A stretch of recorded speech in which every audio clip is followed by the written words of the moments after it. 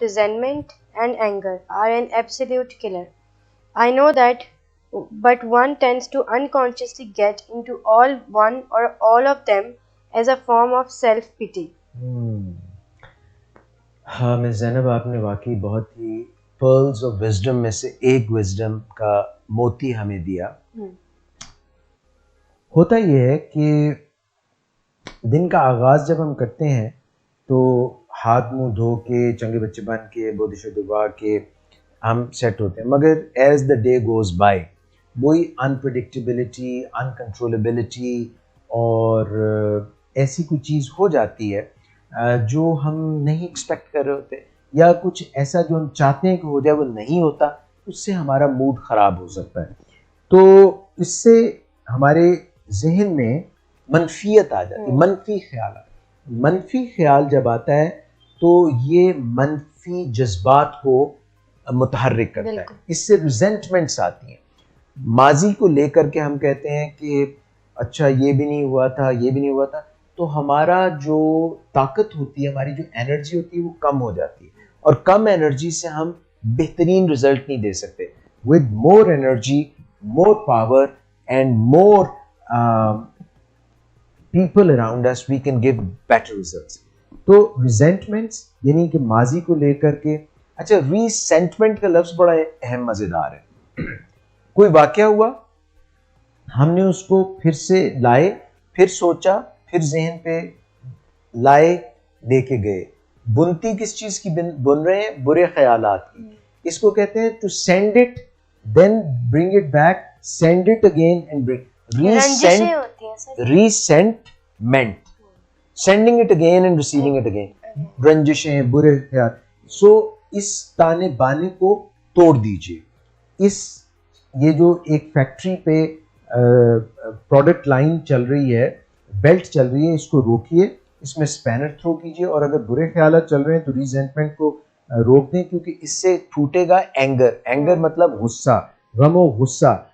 اداس ناراض نہ بنے. اداسیاں بھی آپ کو کمزور کریں گی، ناراضگیاں بھی آپ کو کمزور کریں گی. یہ ایبسولوٹ کلر ہیں، یہ آپ کی جان لے لیں گے. سوچتے سوچتے آپ کو پتہ بھی نہیں چلے گا کہ یہ چھوٹی چھوٹی چیزیں، ٹھوکریں پہاڑوں سے نہیں، ٹھوکریں پتھروں سے لگتی ہیں.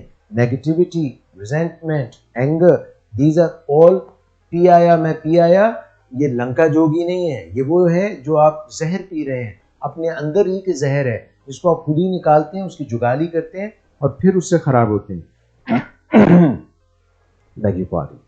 سو اگرچہ آپ یہ جانتے ہیں، I know that, but one tends to unconsciously get into all or one of them.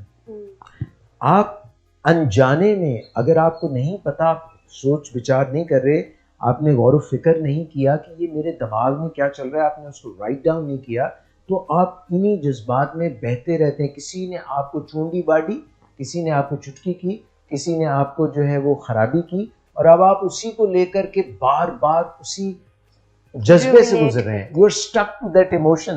Emotion گزر گیا، وقت گزر گیا، but you are stuck to that. Please revisit it, detach yourself and get over with it, and don't let unconscious mind dictate you for negative outcome. یعنی آپ کا جو تحت الشعور ہے یا لا شعور ہے، وہ اس کی پروگرامنگ غلط جو ہو چکی ہے، اس کو پہچان لیجئے.